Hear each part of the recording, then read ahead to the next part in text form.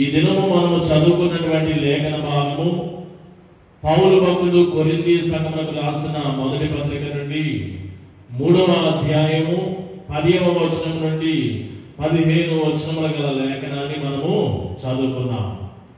ఈ లేఖన భాగములో మనకు గమనించవలసినటువంటి కొన్ని ప్రాముఖ్యమైన విషయాలు మనకి కనబడుచున్నవి. ఈ లేఖన భాగము చదువుతున్నప్పుడు మీరు గమనించారు, దేవుని కృపను ప్రస్తావిస్తున్నాడు పౌలు భక్తుడు. ఈ లేఖన భాగంలో దేవుని కృప ఒక ప్రత్యేకమైనటువంటి అంశముగా కూడా మనకి కనబడుచున్నది. రెండవది, పౌలు భక్తుడు తెలియపరిచిన మరి యొక్క ప్రాముఖ్యమైన విషయము దేవుని కృపయే ముఖ్యం అనుకుంటే, క్రీస్తు అనే బండ లేదా పునాది గురించి మాట్లాడుతున్నాడు. ఒక స్థిరమైనటువంటి ప్రాముఖ్యమైనటువంటి కదల్చబడినటువంటి పునాది క్రీస్తుల గురించి మాట్లాడుతున్నాడు. క్రీస్తే పునాదిగా. ఇది రెండవ ప్రాముఖ్యమైన విషయం. మూడవ విషయము దీనిలో మనము చదువుతున్నప్పుడు, ఈ క్రీస్తు అనే పునాది మీద నిర్మించుకున్నటువంటి భవనములు లేదా జీవితములు, వాటి గురించి మాట్లాడుతూ అవి పరిశీలించబడతాయి. అగ్ని చేత అవి పరిశీలించబడతాయి, పరీక్షింపబడతాయి.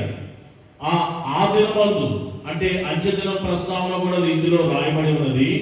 ఆ దినమందు అవి పరీక్షించగా ఆ పరీక్షలో ఒకవేళ ఆ పనితనము నిలవబడినట్లయితే, ఆ కట్టబడినటువంటి భవనము జీవితాలు ఆ పరీక్షకు నిలిచినదైతే తప్పనిసరిగా జీతము ఉంటుందని మరి యొక్క ప్రత్యేకమైనటువంటి విషయం.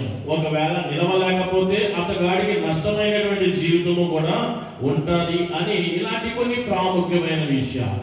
అయితే ఇలాంటి లేఖన భాగం నుండి నేను ఈ దినాన మాట్లాడుతున్నటువంటి ఒక చక్కని అంశం ఏంటంటే, విశ్వాసి తన జీవితంలో ఏ విధముగా కట్టుకోవాలి, విశ్వాసి తన జీవితంలో ఏ విధముగా కట్టుకోవాలి అనే విషయం. ఒక 3 ప్రాముఖ్యమైన విషయాలు నేను మీకు చెప్పాలి అని ఆశపడుతున్నాను. ఇక్కడ పౌలు చూడండి, దేవుని కృపను ప్రస్తావిస్తూ తనను తాను ఒక జ్ఞానవంతుడైనటువంటి బిల్డర్గా, ఇక్కడ పౌలు భక్తుడు తనను తాను చాలాసార్లు తనను తాను ఎలాగన్నాడంటే క్రీస్తు దాసుడును అని చెప్పుకున్న సందర్భాలు, అనేక సార్లు క్రీస్తు ఖైదీని అని మరి ఒక సందర్భంలో చెప్పుకున్న ఆ విషయం. నేను మీకు ప్రియమైన వాడును, మీకు సహోదరుడును అని ఇలాగ అపోస్తులుడును, ఇలాగా చాలా రకాలుగా పరిచయం చేసుకుంటున్నాడు. ఇక్కడ కూడా చూడండి, చదువుతూ ఉంటే ఇది పౌలు ఏమైనా అతిశయిస్తున్నాడా, తన మెప్పు తానే మెచ్చుకుంటున్నాడా అని అనిపించే విధంగా అనిపించింది నాకు. అయితే కాదు, అలా అనుకోవడానికి వీలు లేదు. తాను ఒక జ్ఞానమైనటువంటి బిల్డర్గా ఇక్కడ తనను తాను, ఎందుకంటే చూడండి ఆ రాయడమే చూడండి, ఆ కృప చొప్పున దేవుడు నాకు అనుగ్రహించిన కృప చొప్పున నేను నేర్పరి అయిన, ఆ పదము తనను గురించి తాను మాట్లాడుకున్నట్టులో నేర్పరి అయిన మరి ఒక ప్రస్తావన, శిల్పి కారుని వలె పునాది వేసి, ఒక బిల్డరు జ్ఞానంతో కూడినటువంటి బిల్డర్గా తనను తాను కనపరుచుకోవడంలో అతిశయిస్తున్నాడంటే లేదు. స్టార్టింగ్ పదమే దేవుడు నాకు అనుగ్రహించిన కృపను బట్టి నేనేమై ఉన్నానో అది దేవుని యొక్క కృపయే. కాబట్టి దీనిలో ఏమి అతిశయిస్తలేదు, మనము పొరపడవలసిన అవసరం కూడా లేదు. ఈ రీతిగా ఒక చక్కని ఉద్దేశం తెలియపరుస్తున్నాడు. పునాది గురించి సందేహమే లేదండి. అక్కడ నెక్స్ట్ కంటిన్యూషన్ లో మాట్లాడుతూ పునాది గురించి అంత ప్రస్తావన ఏమీ చేయట్లేదు. పునాది క్రీస్తే, ఆ పునాది క్రీస్తే. ఆ పునాది అనబడుతున్నటువంటి ఆ క్రీస్తు అనబడుతున్న పునాదిలో ఏ మాత్రము కూడా తారతమ్యము లేదా లోటుపాటులు మనము ఆలోచించి సందేశించవలసి ఏమి విషయం అక్కడ ఏమీ లేదు. పునాది స్థిరమైనది, అది బలమైనది, దానిలో ఏమీ తేడా లేదు. మరి ఒక మాట, దానిలో ఏమీ తేడా లేదు, అది ఒక్కటే. పునాది మాత్రము ఆత్మీయంగా ఏ జీవితమైనా కట్టబడాలి అంటే నిజమైన పునాది ఒక్కటే, దానిలో రాయబడి ఉన్నది ఒక్కటే. అంత మాత్రమే కాదు, అది నాణ్యమైనది. అంత మాత్రమే కాదు ఆ పునాది స్థిరమైనది. అంత మాత్రమే కాదు ఆ పునాది బలమైనది. నువ్వు ఎంత గ్రోత్ అవుతున్నా ఒక స్టేర్కే పరిమితమైంది. ఈ పునాది మేము టెస్ట్ చేసాము, పునాది అంత బలంగా లేదు కాబట్టి ఒక స్టేర్ కంటే మరి ఒక స్టేర్ నిర్మించుకోవడానికి బలంగా లేదు అంట. మామూలుగా మన భవంతులు నిర్మించుకునేటప్పుడు కాదు. నువ్వు ఆత్మీయంగా నీ జీవితాన్ని ఎంతగా కట్టుకున్నా సరే ఆ యొక్క క్రీస్తు అనబడుతున్నటువంటి పునాది చాలా బలమైన పునాది, స్థిరమైన పునాది. అది ఒక్కటే పునాది, అది చాలా నాణ్యమైనటువంటి పునాదిగా మనకి కనబడుతున్నది. అలాంటి పునాది గురించి మనం ఈ దినాన మాట్లాడుకోవాల్సిన అవసరం లేదు. ఈ దినాన అది కాదు ఈ లేఖన భాగంలో పౌలు చెప్తున్న మాటలు. ఆ పునాది గురించి కాదు, కానీ ఆ పునాది మీద కట్టుచున్న వాడి యొక్క కట్టడం గురించి మాట్లాడుకోవాలా. మనమందరం కూడా క్రీస్తు అనే పునాది మీదే కదా ఇక్కడ ఉన్నాము. అయితే మీ జీవితాలు క్రీస్తు మీద ఎలా కట్టుకుంటున్నారు అది చూసుకోమని ఇక్కడ రాస్తున్నాడు. మీరు మళ్ళీ ఇప్పుడు చదువుదాం చూడండి, అదే ఉంటుంది. 10వ వచనం చదువుతున్నాను, జాగ్రత్తగా వినండి. దేవుడు నాకు అనుగ్రహించిన కృప చొప్పున నేను నేర్పరి అయిన శిల్పకారుని వలె పునాది వేసితిని. మరి ఒకడు, ఇక్కడే మొదలవుతుంది. దీనినే పర్టికులర్గా ఇది మన పోర్షన్. మరి ఒకడు ఆల్రెడీ ఈ యొక్క సువార్త ద్వారా క్రీస్తును పరిచయం చేసి క్రీస్తు మీద మిమ్మల్ని అంటే సంఘమును నిలిపాడు. అన్ని జనుల కొరకైనటువంటి అపోస్తులుగా పిలువబడిన ఈ పౌలు భక్తులు క్రీస్తు మీద మిమ్మల్ని నిలవబెట్టాడు. ఆ బండ మీద పునాది మీద నిలవబెట్టాడు. అయితే ఇప్పుడు మరి ఒకడంటే మనమే దాని మీద కట్టుచున్నాము. ప్రతి వాడు దాని మీద ఎలాగో కట్టుకొనుచున్నామో జాగ్రత్తగా చూచుకొనవలెను. విశ్వాసులు తమ జీవితాన్ని ఎలా కట్టుకుంటున్నారో ఎవరికి వారిగా జాగ్రత్తగా చూసుకోవాలి. సేవకులు పౌలు పాత్ర క్రీస్తు మీద మిమ్మల్ని ఈ సంఘంలో ఈ రీతిగా నిలవబెడతారు. కానీ తర్వాత నువ్వు ఎలా బిల్డ్ చేసుకుంటావో, కన్స్ట్రక్ట్ చేసుకుంటావో నీ జీవితాన్ని అనేది అది నీ మీదే ఆధారపడి ఉన్నది. ఇది ఎట్లా ఉన్నది అంటే అరటిపండు తొక్కవలిచి నోటికి అందించగలము కానీ దగ్గర ఉండి తినిపించి నమలించి నెమలించి దాన్ని మిగివేసే బాధ్యత పౌలు భక్తులది కాదు, సేవకులది కాదు. వాక్యం అంటే వినిపిస్తాము, సువార్తనే ప్రకటిస్తాము, కానీ ఆ వినిన దానిని గైకొన్న దాని ప్రకారం నువ్వు ఎలా నీ జీవితాన్ని నిర్మించుకుంటున్నావో కట్టుకుంటున్నావో అది నీ బాధ్యత, నీ పోర్షన్. కాబట్టి మీ జీవితాలు ఎలా కట్టుకుంటున్నారు, ఎలా కట్టుకోవాలి అనేది ఈ దినాన ఒక 3 ప్రాముఖ్యమైనటువంటి విషయాలు నేను మీకు తెలియపరచాలని అనుకుంటున్నా. ఏమిటి అంటే మొదటి విషయం, చాలా మంది జీవితాలు కట్టుకోవడం గురించి నేను మాట్లాడుతున్నాను. తల్లిదండ్రులు వారి యొక్క బిడ్డల విషయంలో ఖండిస్తూ ఉంటారు, బుద్ధి చెప్తూ ఉంటారు, తిడుతూ ఉంటారు. కొన్ని విషయాల్లో మళ్ళా ఇది ప్రాముఖ్యమైన విషయం. పాస్టర్ గారు చూడండి, 4 గంటలు లేచి చదువుకోమంటే చదువుకోవట్లేదు. అసలు ఇంకా ఎన్ని రోజులు ఉన్నది పబ్లిక్ ఎగ్జామ్? ఇంకొక నెల 2 నెలలే ఉన్నదండి. సంవత్సరం అంతా కూడా చదవమంటే చదవలేదు. ఇంకా ఫైనల్ ఎగ్జామ్స్ దగ్గరికి వచ్చేసినాయి. 4 గంటలు లేవమంటే కనీసం 4 గంటలు కూడా లేవట్లేదు. మరి ఎన్ని గంటలు లేస్తున్నాడమ్మా? 5 గంటలు కూడా లేవట్లేదండి వీడు. చివరికి ఇంకా కాలేజీకి వెళ్ళి స్కూల్కి వెళ్ళి ఇంకొక అర్ధ గంట ముందు మాత్రము 7:30 8 గంటలకి లెగిస్తున్నాడు. అంటే ఇప్పుడు ఏమిటి తాపత్రయము? వాడు చదవాలి. పోనీ అలాగని వీడు కాలేజీలో కూడా ఏమైనా అందరికంటే మంచిగా ఆ గ్రేడ్లో ఏలోనో A+లోనో 1లోనో ఉన్నాడంటే ఏమీ లేదండి. 40వ ర్యాంకులోనో ఎక్కడో ఉన్నాడు వీడు. Cలో ఉన్నాడండి. అంత దిగజారిపోయినటువంటి స్థితి. చదవమంటే చదవట్లేదు అని తల్లిదండ్రులు ఒకవైపు టెన్షన్ ఫీల్ అవుతూ ఉంటారు. బిడ్డలను చదువు మీద ఎక్కువ ఫోకస్ చేసే విధంగా వీరు కూడా వారిని ప్రోత్సహిస్తూ ఉంటారు. ట్యూషన్ కూడా వెళ్ళట్లేదండి, ఆ ట్యూషన్ వద్దంటాడు. అక్కడైతే బాగా చెప్తారండి, ఇక్కడైతే ఈ ట్యూషన్ సెంటర్ లో బాగా ఉండదు. ఇదిగోండి ఈ క్లాస్ అయితే బాగుంటాయి, ఈ కోర్స్ అయితే బాగుంటుంది, 10th అయిన తర్వాత ఇదైతే బాగుంటుంది. డైరెక్షన్లు గైడ్లు ఎక్కువైపోతూ ఉంటారు. 10th క్లాస్ వచ్చిన తర్వాత ఆ బిడ్డలకి గైడ్ చేసేవాళ్ళు ఎక్కువ మంది, దిశానిర్దేశం చేసేవాళ్ళు ఎక్కువైపోతూ ఉంటారు. వారు చేసినట్లుగా ఏదైతే అవునండి. ఎందుకంటారు ఈ చదువు అంతా కూడా? ఎక్కువ స్కోరింగ్ రావాలా, ఎక్కువ ర్యాంకులు రావాలా, ఏమిటి అయితే ఏమిటి అయితే ఏమిటి ఈ మార్కులు ఇప్పుడు మీరు ప్రోత్సహించేశారు, ఈ ట్యూషన్స్ పెట్టేశారు. మీ ఉద్దేశం ఏంటంటే వీడు ఇక్కడే బాగా చదివితే, ఈ అమ్మాయి ఇక్కడే బాగా చదివితే ఈ చదువును బట్టి ఏ గ్రూప్ లోకి వెళ్ళాలి, ఆ గ్రూప్ చదివితే ఏమిటి, ఆ గ్రూప్ చదివిన తర్వాత మంచిగా అనుకున్నట్టుగా మరి టెక్నికల్ స్టడీసా లేకపోతే మరి గ్రాడ్యుయేషన్ ఇటువైపా ఏదైనా సరే మనము చదువుల్లో ముందుకు పంపించి చివరికి మనము ఒక మంచి జీవితం కొరకే కదా. చివరికి ఇదంతా కూడా ఏమిటి మీ ప్రయాస? వాడు మార్నింగ్ లేవట్లేదన్నా, వాడు కాలేజీకి సరిగా అటెండ్ అవ్వట్లేదన్నా, లేదా ట్యూషన్కి సరిగా వెళ్ళట్లేదన్నా, ఈ గొడవ అంతా కూడా దేనికంటే చదువుకుంటే చదువు ఆధారముగా వాడి జీవితం భవిష్యత్తు ఈ రీతిగా కట్టడానికి, చదువు ఆధారంగా జీవితం కట్టడానికి ప్రయత్నం. అది నేను మాట్లాడవలసిన మీకు చెప్పవలసిన విషయం. చదువు ఆధారంగా జీవితాలు కట్టుకోవడానికి మన ఆలోచన ముందుకు వెళుతున్నాయి. ఏమీ కాదనట్లేదు.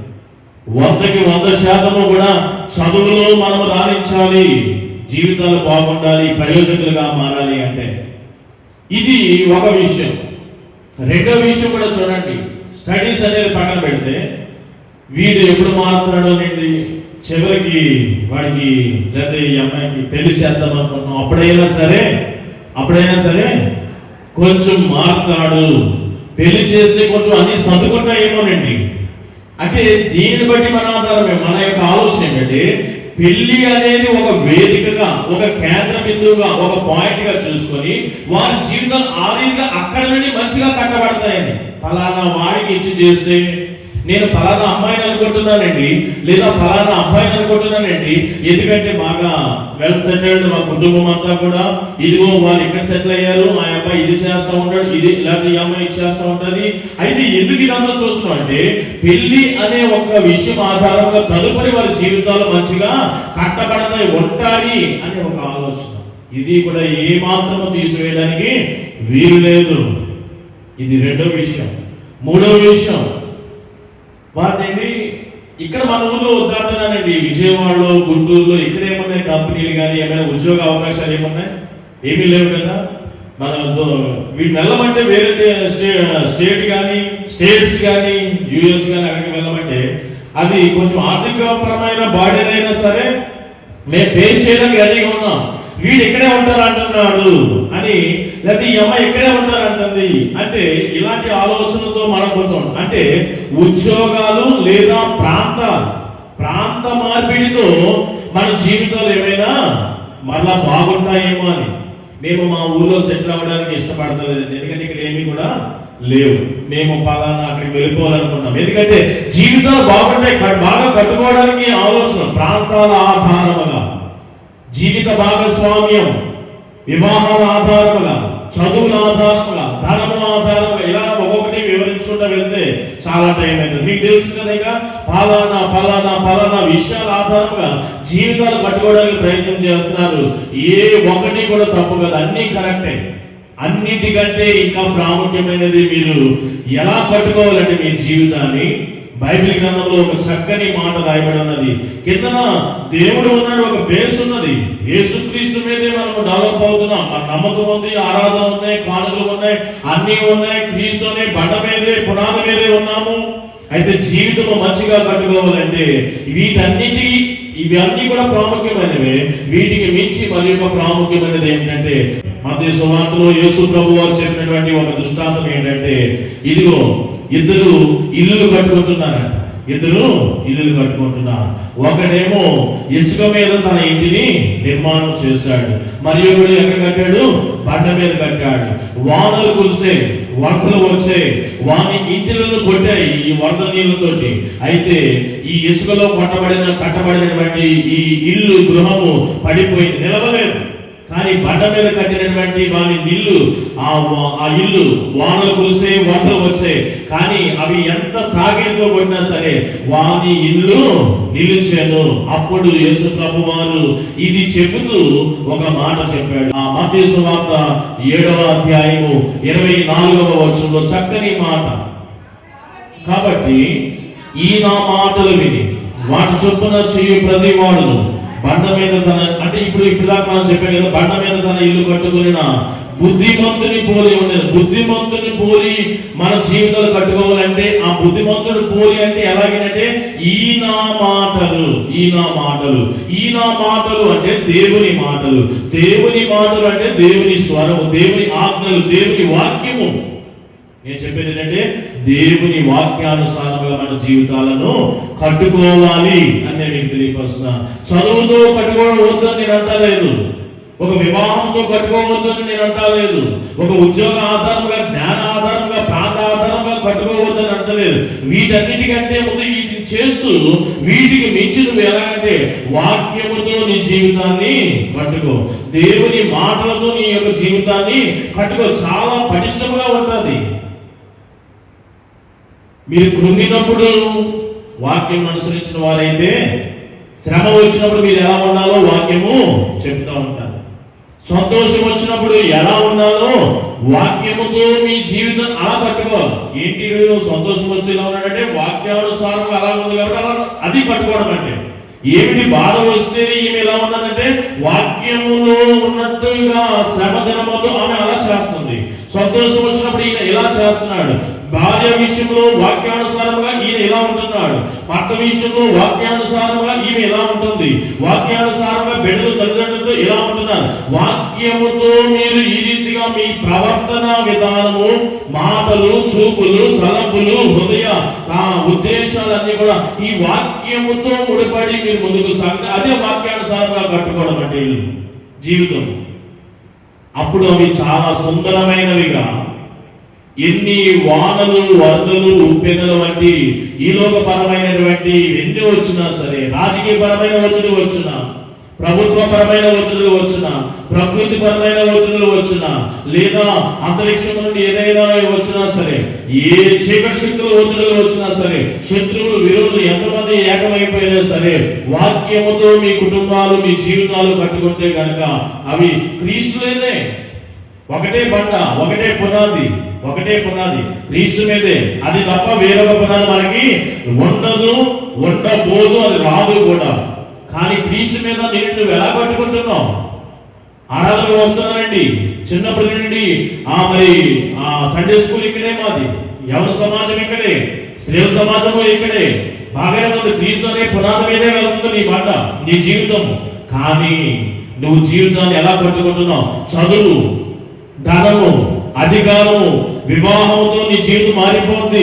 ఇలాంటి ఆలోచనలు ఓకే, వాటికి మించి నువ్వు చేయవలసింది అంటే వాక్యానుసారం, దేవుని మాట ప్రకారం నీ జీవితాన్ని కట్టుకో. నువ్వు అందరిలో ఉన్నప్పుడు ఎలా ఉండాలో చెప్తుంది బైబిల్. ఒంటరిగా ఉన్నప్పుడు ఎలా ఉండాలో బైబిల్ చెప్తుంది. కష్టం వచ్చినప్పుడు ఎలా ఉండాలో బైబిల్ చెప్తుంది. సంతోషం వచ్చినప్పుడు ఎలా ఉండాలో బైబిల్ చెప్తుంది. రోగముతో ఉన్నప్పుడు బైబిల్ ఎలా ఉండాలో చెప్తుంది. మీలో ఎవరైనా రోగగ్రస్తుడై ఉన్నాడా? సంఘంలో ఉంటున్న పెద్దవారిని పిలిపించి వారి చేత ప్రార్థన చేయించుకోండి. మీలో ఎవరికైనా సంతోషం కలిగిందా? ఏం చెప్తుంది బైబిల్? కీర్తనలో పాడాలా, దేవుని కీర్తనలో పాడాలా. ఎవడైనా ఆనందించాలనుకున్నాడా? బైబిల్ ఏం చెప్తుంది? ప్రభునందే ఆనందించమని చెప్తుంది. ఎవడైనా శ్రమ పడుతున్నాడా? శ్రమ దినమందు ఏం చెప్తుంది బైబిల్? కృంగిపోవద్దని చెప్తుంది. బైబిల్ అన్ని చెప్తున్నాయి. అంటే బైబిల్ దేవుని వాక్యం చెప్తుంది. ఏ మూమెంట్ లో నువ్వు ఎలా నడుచుకోవాలో వాక్యానుసారంగా కట్టుకోవడం అంటే ఇదే.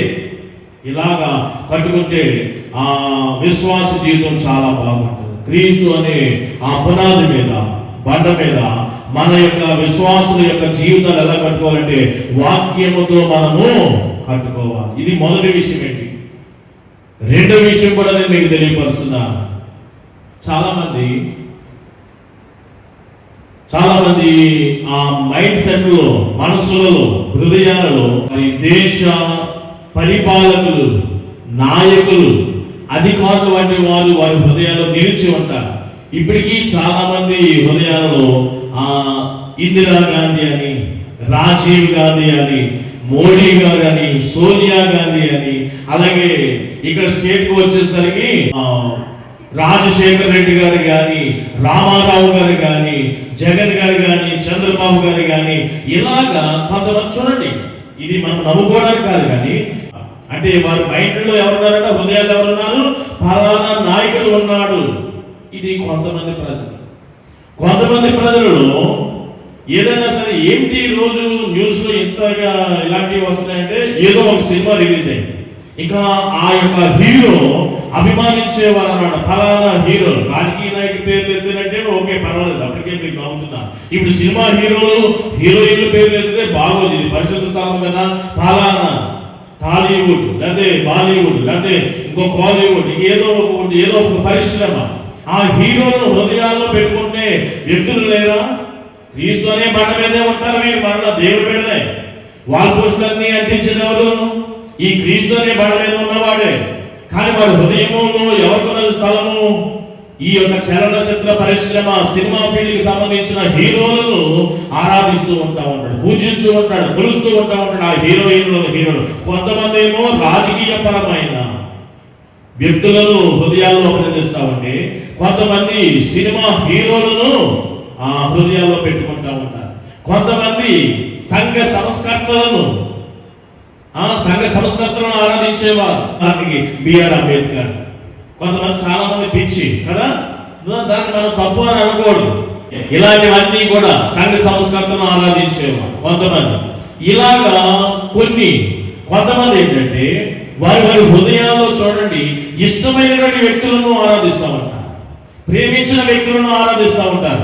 నాయకులను ఆరాధించేవారు కొంతమంది అయితే, సినిమా హీరోలను ఆరాధించేవారు కొంతమంది అయితే, సంఘ సంస్కృతులను ఆరాధించేవారు కొంతమంది అయితే, ఇష్టమైన వారిని హృదయంలో పెట్టుకునేవారు కొంతమంది, ప్రేమించిన వారు హృదయంలో పెట్టుకునేవారు కొంతమంది. ఇలాగా కొంతమంది అయితే వారి తల్లిదండ్రులని లేదా వారి బిడ్డల్ని హృదయంలో పెట్టుకొని ఇలాగ చాలా ఎక్కువ ప్రేమ ఆరాధిస్తూ ఉంటారు. కానీ విశ్వాసి చూడండి తన జీవితాన్ని ఎలా కట్టుకోవాలి అంటే, ఎఫెసీ పత్రిక మనం చూద్దాం 2వ అధ్యాయంలో 22వ వచనంలో ఒక చక్కని మాట, విశ్వాసి జీవితం ఎలా కట్టుకోవాలి అనే కోణంలో ఆలోచిస్తున్నప్పుడు ఇక్కడ మరి ఒక పదం కనబడింది. మొదటిది వాక్యముతో మనం కట్టుకోవాలని, రెండవ విషయం ఇక్కడ రాయబడి ఉన్నది, ఆయనలో మీరు కూడా ఆత్మ మూలంగా దేవునికి నివాస స్థలమై ఉండుటకు కట్టబడుచున్నారు. మనం ఎలా కట్టుకోవాలంట మన జీవితంలో? ఓకే ఆ ముందంతా ఓకే, కానీ చివరి కంక్లూజన్ వర్డ్స్ చక్కని మాటలు, దేవునికి నివాస స్థలముగా మనం కట్టుకోవాలి. కానీ మనలో ఎవరుంటున్నారు? దేవుడు నివసిస్తున్నాడు అంటే లేదు, ఒక రాజకీయ నాయకురాలు ఉంటారు, వారు నివసిస్తూ ఉంటారు మన మనసులో, మన హృదయాల్లో. లేదు ఒక యాక్టరో మరి ఎవరో మన హృదయాల్లో నివసిస్తూ ఉంటారు. లేదా మనం ఇష్టపడిన వారు మన హృదయాల్లో నివసిస్తూ ఉంటారు, మనం ప్రేమించిన వారు మన హృదయాల్లో నివసిస్తూ ఉంటారు. కాదు, ఆ విధంగా మన హృదయాల్లో ఎవరు ఉండడానికి వీలు లేదు. నీ పూర్ణ మనసుతో నిన్ను పూర్ణ మనసుతో ఆరాధిస్తారు, ప్రేమిస్తారు. పాటల వరకే పరిమితమా? పూర్ణ హృదయం అంట, పూర్ణ ఆత్మదంట, పూర్ణ మనసుతోనంట ప్రేమిస్తాను, ఆరాధిస్తాను, ప్రార్థిస్తాను. ఏంటి పాట వరకు పరిమితం చేసి నీ హృదయాన్ని ఇప్పుడు తెలిస్తే ఒక రాజకీయ నాయకుడు, ఒక సంఘ సంస్కర్త, ఒక యాక్టరు, నువ్వు ఇష్టపడిన వారు, నువ్వు ప్రేమించిన వారు, మీ పేరెంట్స్, నీ చిల్డ్రన్స్ వీరుంటున్నారు. లేదు, దేవుడు నివాసముడు లాగన నిన్ను నువ్వు కట్టుకోవాలి. దేవుడు నివసించులాగన మనము కట్టుకోవాలి. అందుకనే ఒక భక్తుడు అంటున్నాడు 119వ కీర్తనలో 11వ వచనంలో, నేను నీ ఎదుట పాపము చేయకుండానట్లు నా హృదయంలో ఏం పెట్టుకుంటానంట? ముందు చెప్పిన పాయింటే, నీ వాక్యము నా హృదయంలో వాక్యానుసారంగా కట్టామనుకోండి మన జీవితము, అప్పుడు ఆటోమేటిక్ గా తప్పనిసరిగా దేవుడు నివసించడానికి వీలు పడతా ఉంటారు. ఒకసారి మొదటి స్టెప్ అనేది లేకపోతే రెండో స్టెప్ ఉండదు. నేను నాకు చెప్తున్న 3 విషయాలు కూడా ఒకదానికి లింకింప్ అయి ఉన్నది. మొదటిది లేకపోతే ఆటోమేటిక్ గా రెండోది ఉండదు. లేదంటే మొదటి విషయం నాలో కొంచెంగా లేదు కానీ రెండోది మాత్రం ఉన్నదంటే అది కుదరని పని, అది అవ్వదు. మొదటిది ఉంటేనే, ఫుల్ఫిల్ గా ఉంటేనే రెండవది కూడా ఉండడానికి ఆస్కారం ఉంటుంది. కానీ మొదటిది లేకుండా రెండవది ఉండదు.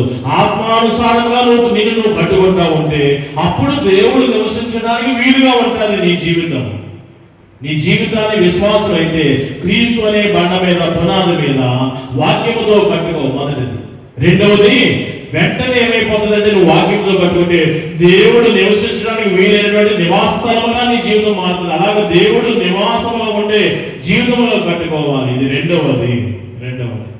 మూడో విషయం కూడా నేను చెప్పి ముగిస్తాను. మూడవది ఏంటంటే, చాలా మంది ఈ లోకంలో ఇంకా ఏది చూసినా సరే చదువులు అంటారు, లేదా గృహ నిర్మాణాలు స్టాండర్డ్గా ఉండాలండి, నాణ్యతతో కూడినటువంటి మెటీరియల్ కావాలి. ఎన్ని దినాలు స్టాండర్డ్, ఎంతకాలం ఉంటుంది ఐరన్ తుప్పు పట్టకుండా, ఎంతకాలం ఉంటుంది సీలింగ్, ఎంతకాలం ఉంటుంది, అంత నాణ్యత. అంటే ఎక్కువ కాలం ఉండడానికి ఏమిటి లేదా చదువులు, దీని యొక్క ఇప్పుడు ఈ కోర్స్ చేస్తున్నామంటే దీని బెనిఫిట్స్ ఒక 5 years తర్వాత దీని ఎఫెక్ట్ ఉంటుందా అంటే ఇలాంటి ఆలోచన చేస్తూ ఉంటారు. అంటే నెక్స్ట్ అంటే స్టాండర్డ్గా ఈ లోకపరమైన జీవిత విధానంలో ప్రతి అడుగులో కూడా మీరు తూచి వేస్తున్నారు కదా. కాదు, అవి అవన్నీ కూడా ఏమి తిందుమో, ఏమి త్రాగుదమో, ఏమి ధరించుకుందామో అవన్నీ కూడా జరగాలంటే మొదట నా నీతిని, రాజ్యం వెతకండి. ఈ మాటలన్నీ కూడా ఉన్నాయి కదా. అంటే మనము ఎలా ఉండాలంటే దైవిక పరమైన ఈ పదములకు కొంచెం కన్వర్ట్ చేస్తే మనము ఆత్మ సంబంధమైనటువంటి మందిరముగా మనము కట్టుకోవాలి. ఇంక ఎప్పుడు కూడా దైవిక ధ్యానమే. మందిరంలో ఏముంటాయి అంటే, మన మందిరంలో అయితే మీరు ముచ్చట్లు అయ్యని చాలా ఫ్రీడంగా మాట్లాడేసుకుంటారు. కొద్దిసేపు ముచ్చట్లని, కొద్దిసేపు అని ఇక్కడే కూర్చొని అసూయ పడేవారు, ఇక్కడే కూర్చొని ముచ్చట్లు వేసుకునేవారు, ఇక్కడే కూర్చొని సైకిల్ చేసేవారు. మన మందిరంలో చాలా ఉంటాయి. కాదు, మందిరం అంటే ఎలా ఉండాలా? దేవుని యొక్క ధ్యానంలో ఉండాలి, ఆధ్యాత్మిక ధ్యానంలో ఉండాలి కదా. మనం ఎలా కట్టుకోవాలి అంటే దేవుని యొక్క ఆత్మ మందిరములుగా మారిపోవాలి. అంటే దేవుని యొక్క ధ్యానము. పేతురు రాసిన మొదటి పత్రిక నుండి 2వ అధ్యాయం 5వ వచనం మీ అందరికీ తెలిసినదే. యేసుక్రీస్తు ద్వారా దేవునికి అనుకూలము చదవండి. ఆత్మ సమానమైన బలులు అర్పించుటకు పరిశుద్ధ యాజకులుగా ఉండినట్లు మీరును సజీవమైన రాళ్ళవలే నుండి ఆత్మ సంబంధమైన మందిరాలుగా మనం కట్టబడాలి. ఆత్మ సంబంధమైన మందిరాలు. యేసు ప్రభువు వచ్చాడు యెరూషలేము దేవాలయానికి. ఏమిటి మందిర దేవాలయము? మందిరం ఎలా ఉండాలి? ఇది సమస్త అన్యజనులకు ప్రార్థనా మందిరముగా ఉండాలి కదా. లేదు, అది ఎలా ఉన్నది? దొంగల గుహగా మారిపోయింది. అది ఎలా మారిపోయింది? దొంగలకు, వ్యాపారాలకు కేంద్రముగా మారిపోయింది. అంటే మందిరం అంటే ఒక అట్మాస్ఫియర్ ఉండాలి. మనం కూడా ఒక్కొక్కసారి అనుకోకుండా ఏదో ప్రదేశానికి వెళ్ళిపోయాం అనుకోండి, తెలియకుండా ఇదేంటి, ఇది చర్చిలా ఉందేంటిది. ఉదాహరణ కొన్ని వీధుల్లో తెలియలేని ఊరికి ఏదో ఫంక్షన్కి వెళ్ళు, లేకపోతే మన ఎవరినో కలవడానికి వెళ్ళినప్పుడు ఎలాగే నడుచుకుంటూ వెళ్తూ ఉంటే అట్మాస్ఫియర్ మనకి వెంటనే ఒక ఐడెంటిటీని జ్ఞాపకం చేస్తుంటాం. ఇదేంటిది, ఇది దేవుని ఆలయంలో ఉంది, ఏదో సంథింగ్, ఏదో ఐడెంటిటీ చేయగలిగే పేరులో సిలువో లేకపోతే ఆ వాతావరణం అలా ఉన్నది. ఇదేంటిది మసీదులా ఉంది, ఇది స్కూల్ అనుకుంటలే, లేకపోతే ఇది గవర్నమెంట్ ఏదో ఆఫీస్ అనుకుంటలే. అంటే మనం ఒక ఐడెంటిటీ చేయగలుగుతున్నాం కదా, గుర్తించగలుగుతున్నాం కదా. సేమ్ అట్లాగే మనము కూడా ఎలా ఉండాలి? మనం చూసినట్టే ఒక ఆత్మ సంబంధమైన మందిరముగా ఉండాలి. ఆత్మ సంబంధమైన ఆటోమేటిక్ గా వాక్యానుసారంగా కట్టుకుంటే అది ఎలా మారుతుంది? రెండవది, దేవుడు నివసించడానికి వీలు ఉండదు నీ హృదయంలో. ఆటోమేటిక్ గా దేవుడు నివాసం ఉంటే అక్కడ ఏం జరగాలి? దేవునికి స్తుతి ఆరాధన జరుగుతూ ఉండాలి, దేవుని యొక్క ధ్యానంలో ఉంటారు. అలా ఉండగలుగుతాం. ఆత్మ సంబంధమైన మందిరం సజీవమైన రాయిగా ఉండి నిరంతరము ఆయన యొక్క ధ్యాస, ఆయన యొక్క స్మరణ, ఆయన ఆలోచనలు, తలంపులను ముందుకు వెళ్తాం. అది ఆత్మ సంబంధమైన మందిరముగా కట్టు. అప్పుడు నిన్ను చూచి అనేక మంది దేవుని చెంతకు రావడానికి ఆస్కారం. సజీవమైన రాయి, ఒక ఆత్మ సంబంధమైన మందిరముగా నువ్వు కనబడుతున్నప్పుడు నీలో దైవత్వమును, దేవుని దాగి ఉన్న దేవుని చూచిన వారు నీతో పాటుగా ఇదిగో ఈ దేవాలయములకు రాగలుగుతారు. ఇలా కట్టుకోండి. విశ్వాసి తన జీవితాన్ని ఎలా కట్టుకోవాలి? ఇలా కట్టుకోవాలి. వివాహము ఆధారంగా జీవితాన్ని కట్టుకోవడానికి ఓకే, కట్టుకో. చదువు ఆధారంగా జీవితాన్ని కట్టుకోండి, మంచిది. లేదా ధనమును పోగేసుకుంటేనే సమకూర్చుకుంటేనే జీవితాలు భవిష్యత్తులో బాగుంటాయి, ధనం ఆధారంగా కట్టుకోండి మంచిది. ఇలాగా జ్ఞానం ఆధారంగా, పదవి ఆధారంగా, అధికారం ఆధారంగా, ప్రాంతం ఆధారంగా కట్టుకోండి. కానీ వాటికి అంటే ముందుగా అది లోకులు చేసే పనే. కానీ వాటికంటే ముందుగా ఏమి తిందుము, ఏమి త్రాగుదము అవి మానేమన్నాడా? ధరించొద్దు, త్రాగొద్దు, తిందు అవి జరుగుతాయి. మొదట మీరు ఏం చేయాలో అదే అవన్నీ కూడా ఉంటాయి. చదువు, వివాహము, గృహము అన్నీ కూడా వాటి చేసుకుంటారు. వాటికంటే ముందుగా విశ్వాసులు తమ జీవితాన్ని క్రీస్తు అనే బండ మీద, క్రీస్తు అనే పునాది, వేయబడిన పునాది తప్ప మరి ఒక పునాది ఆత్మీయంగా కట్టబడడానికి లేదు. ఒక్కటే పునాది, అది స్థిరమైన పునాది, అది బలమైన పునాది, అది న్యాయమైన పునాది.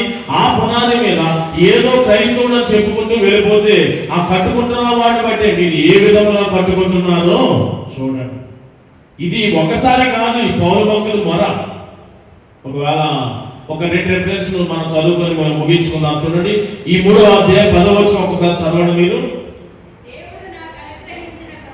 దేవుడు నాకు అనుగ్రహించిన కృప చొప్పున నేను నేర్పరి అయిన శిల్పకారుని వలె పునాది వేసితిని, మరి ఒకడు దాని మీద కట్టుచున్నాడు. ప్రతి వాడు దాని మీద ఎలాగో కట్టుచున్నాడో జాగ్రత్తగా చూచుకోనవలెను. ఇది ఒక్కసారి అని నేను అనుకున్నాను. లేదు, రెండవసారి కూడా తన పత్రిక 2వ కొరింథీ పత్రిక రాస్తూ అక్కడ కూడా 10వ అధ్యాయంలో మరలా ఇలాంటి మాటే వాడాడు పౌలు భక్తుడు, జీవితాన్ని కట్టుకునే విధమైనటువంటి మాట. 10వ అధ్యాయము 8వ వచనాన్ని చూడండి. 2వ కొరింథీ పత్రిక 10వ అధ్యాయం 8వ వచనం. పడద్రోయుటకు కాక మిమ్మును కట్టుటకే ప్రభు మాకు అనుగ్రహించిన అధికారం గురించి నేను ఒకవేళ కొంచెం అధికముగా అతిశయపడినను నేను సిగ్గుపడను. నిందా చెప్పాను ఈ మాట. ఏమన్నా కొంచెం ఏమైనా క్రెడిట్ తీసుకున్నాడంటే లేదు, అది మళ్ళీ క్లారిటీ ఇచ్చాడు ఇక్కడ కూడా. ఇంకొక మాట కూడా మనం చదువుకుందాం. ఇదే 2వ కొరింథీ పత్రిక 13వ అధ్యాయం 10వ వచనం మనం చదివి ముగించుకుందాం. 2వ కొరింథీ పత్రిక 13వ అధ్యాయం 10వ వచనం.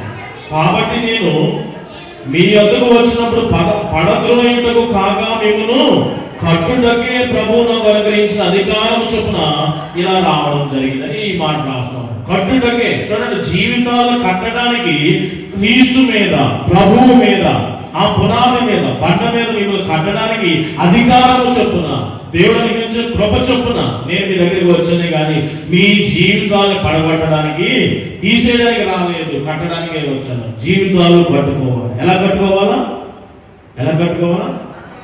వాక్యము మీద మనము కట్టుకోవాలి. క్రీస్తు అనే పునాది మీదే మనం ఉండాలి, కట్టాలి. వేయబడిన పునాది మరి యొక్క పునాది లేదు. ఆ పునాది మీద మనం ఎలా కట్టుకోవాలి అంటే మొదటిది వాక్యానుసారమైనటువంటి జీవితము కట్టడం ఉండాలి. రెండవది ప్రభువు నివసించే నివాస స్థలముగా మనము కట్టుకోవాలి. మూడవది ఆత్మ సంబంధమైన మందిరముగా మనము కట్టుకోవాలి. అలా కట్టుకుంటే దేవుడు మహిమ పొందుకుంటాడు. ఆ దినమందు దేవుడు ఎవరి ద్వారా మహిమ పొందుకుంటాడో ఆ దినమందు దూతల ఎదుటను తన తండ్రి ఎదుటను వారిని ఆ రీతిగా దేవుడు మహిమ పరుస్తాడు. అట్టి వైభవం మీ అందరూ కూడా పొందుకోవాలని నా కోరిక, నా ఆకాంక్ష, నా ప్రార్థన. అట్టి గొప్ప పరిశుద్ధ ఆత్మదేవుడు మీకు దయచేయును గాక. ఆమేన్.